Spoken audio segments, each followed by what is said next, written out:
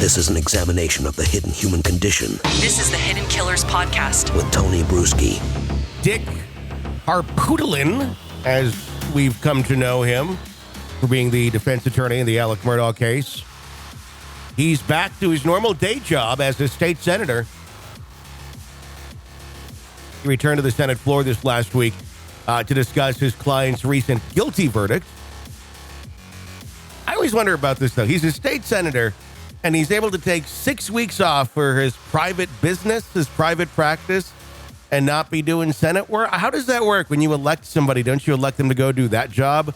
How are you allowed to still go do another job and be like, well, it's been kind of, I don't know. What other job do you have where they're like, yeah, it's cool. You got your side hustle. Go ahead. Put all this stuff that the people elected you to do on the side while you go play superstar defense attorney. I don't know.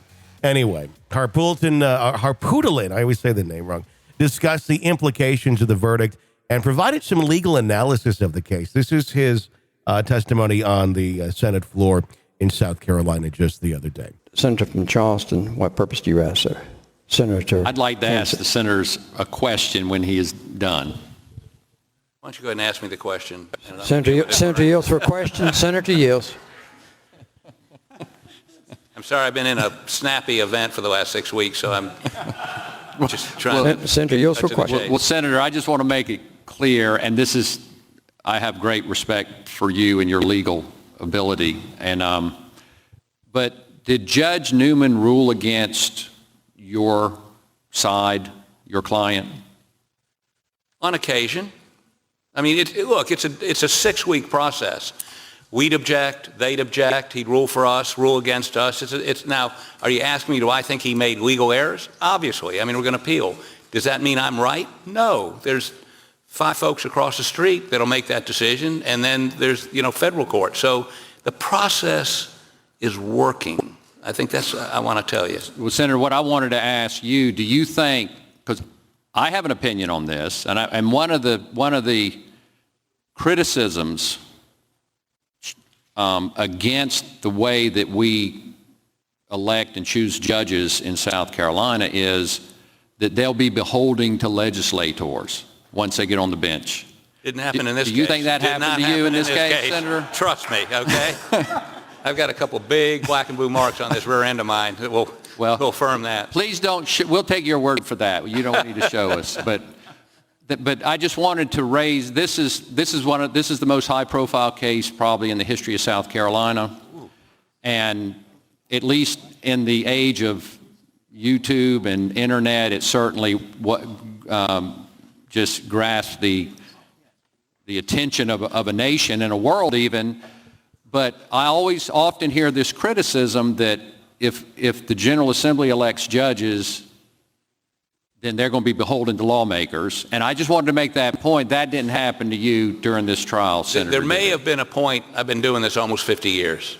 There may have been a point in the distant past where, you had one senator per county. Home rule was typically from their home. And things operated differently back then. There wasn't transparency. There weren't computer records. There weren't, and that's evolved so that we're electing a different generation, if you will, than when I started out. And I don't sense that lawyer legislators, I don't get it. I mean, what I will get accommodated on is schedule. If I need a motion scheduled on a Monday or Friday to accommodate me, that's fine. But I don't go into any courtroom saying, I voted for that person, or I know that. I mean, many of them at my age I knew before they were judges and have a personal relationship with them. I just don't see that. I don't see that happening. Now, I'm not telling you that doesn't happen, in some remote rural area where, it's a different environment than where I practice, although I just spent 6 weeks in a remote rural area, but I don't see that. I will tell you this. I've been around the country. I try cases all over the country over the years. Public election of judges is a disaster. I had a case in Texas. I agree with that. I had a case in Texas where we argued a motion, and the other side, apparently, I just had local counsel, contributed a whole bunch to that guy. He was just beating us up. He got unelected before the ruling came out. We got another judge who our local council was friends with or contributed to, and we won. So, friendship's one thing. Cash is something else. So public election's horrible, in my opinion. Having them appointed by the governor, I think, puts too much power in his hands. And by the way, we have a retirement system for these judges where they have to serve 20 years before they can draw down. So what are they going to be willing to do to make sure they get reappointed? I mean, I think, while there are problems with this system, I think this is the best system. Now, would I suggest reforms to the judicial merit selection process? Absolutely. And I'm going to do that this year as these bills come up. I agree with you on that, but the one issue about popular elected judges, the scales of justice don't have any fingers to stick into the wind, and that's what will happen if we have popularly elected judges.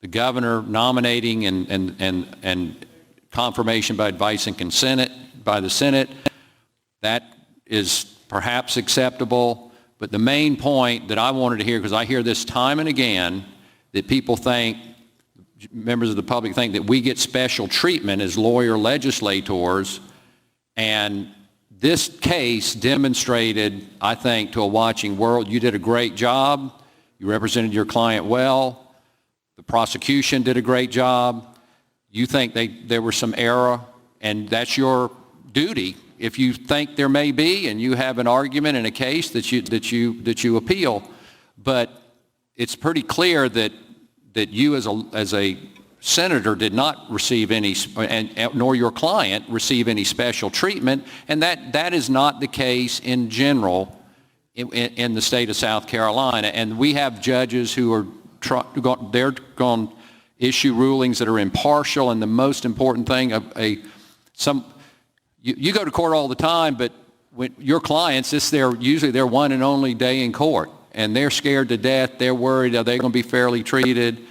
And this system does produce judges like Judge Newman, who I have a great respect for and always have, to rule justly and appropriately. Well, and it's sort of unfortunate that, what gets the attraction is the criminal case when most cases are civil cases involving money. And because they involve money, more often they're taken more seriously than, because all we're talking about is somebody's life here. Real money, that's where you would have problems. I don't see it. I don't see judges giving advantages to legislators because they elect them.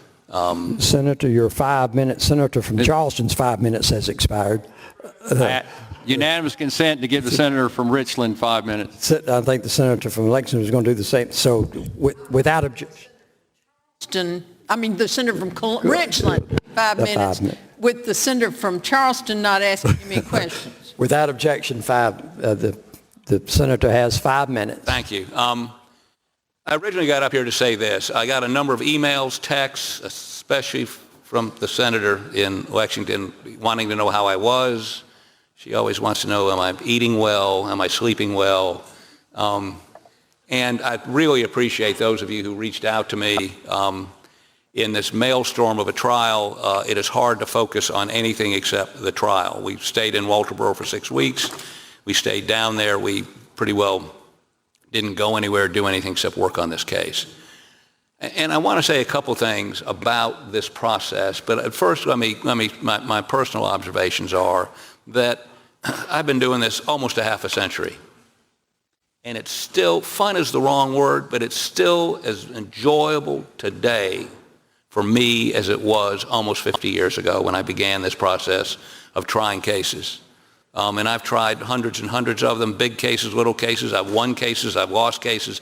But that process, if it operates correctly, can be so satisfying to the lawyers. Now, the client, if they lose, they're not satisfied. If they win, typically they feel like they should have won anyway. So it's really not, it's not particularly fun for them or satisfying for them.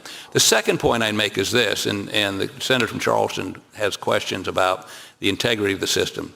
Now, I disagree with Judge Newman on some of the rulings he made. He ruled, we objected, it's in the record. The Supreme Court, Court of Appeals have a chance to look at it, and maybe even a federal court. But that's not based on bias, or he just had a view of the law different than I had. Now, the third thing I want to say is this. There are, and of course, unfortunately, people feel compelled to express their opinion on things through the internet. Somehow they got a hold of I guess it's on my website, my email. I really wanted that big case you had, but that's not what they chose to send me. Most of it was very positive. A lot of it were people that were watching this in Germany or England or the Netherlands, or I mean, wacky. I don't know, they don't have anything else to do in those countries, but a bunch of people here also gave me suggestions on a daily basis what we should do or how we screwed up yesterday. But the folks that sent me you are a rotten piece of scum, and I hope you die of, let me clean this up a little bit, rectal cancer, they have a misapprehension of the system. They have a misapprehension of our justice system. While they're very familiar with the Second Amendment, they apparently haven't read the Fourth, the Fifth, the Sixth, or the Eighth Amendments that guarantee us guarantee our freedoms of ourselves and our property.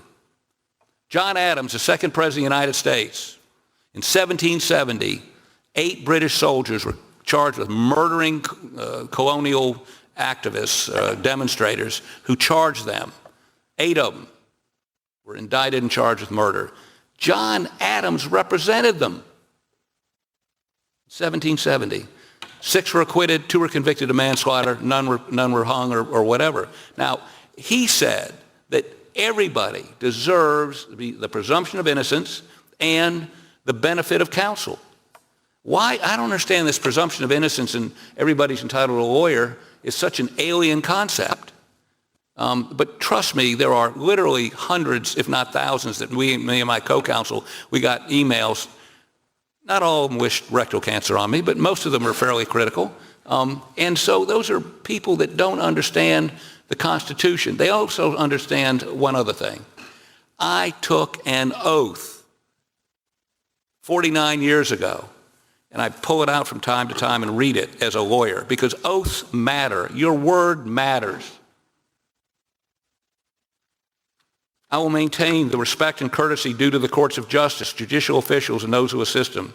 To my clients, I pledge faithfulness, competence, diligence, good judgment, and prompt communications. To opposing parties and their counsel, I pledge fairness, integrity, civility, not only in court, but also in all written and oral communications. Now, I've not always upheld that particular oath promise there, but God knows I've tried.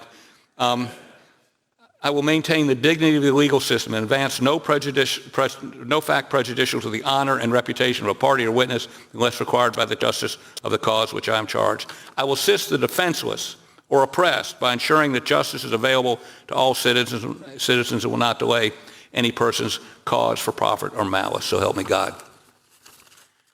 This is an oath I took 49 years ago, and I take it seriously. And by the way, my interest, you don't have to convince me you're innocent for me to represent you. That's not the issue. The issue is, can the state prove your guilt beyond a reasonable doubt? And once you decide that position, you are free to do what is in your client's best interest. If your mind is muddled with, is he innocent or guilty, you cannot do your job. And I've put a man in the electric chair. I've defended a man who went to the electric chair. I've done both sides. I'm not a Red Sox fan or a Yankees fan. That's not what this is about. This is doing your job. So those who out there, this may appear on YouTube somewhere, who don't understand that, go read a book. Abraham Lincoln represented 20 murder defendants. Not all of them were acquitted, but he fought for every one of them. This is about a system. And by the way, that system doesn't exist in this state without us. That's the attractiveness of being in this body. We shape how that system works. So I've come back from 6 weeks overseas. And let me also, Margie's not here today, but Margie Matthews was very kind in letting us use her office to have lunch in every day to avoid and I know this sounds so vain, paparazzi who surrounded the Walterboro Courthouse, Carlton County Courthouse. And by the way, the people that slept outside for nights to get into the courtroom, get some help. Please. Soon. Okay? There's something wrong with you. I mean, you know, y'all cheered us when we came in or whatever, but you really, really need help. So thank you for being nice to me while I was gone. You took care of abortion. You have not taken care of guns, Majority Leader. You could have done it all and brought me back without having to deal with that kind of stuff. But I appreciate you at least getting some of the stuff cleared out. The senator's time is about to expire. The senator. Well, I'm expired. Okay. Well, you've got. Thank you very much. This is an examination of the hidden human condition This is the Hidden Killers Podcast. with Tony Bruschi. There you go. Be sure to press subscribe wherever you download podcasts so you don't miss any breaking updates and discussions on the cases that we're following for you. You can even get a commercial-free experience when you subscribe through Apple Podcasts.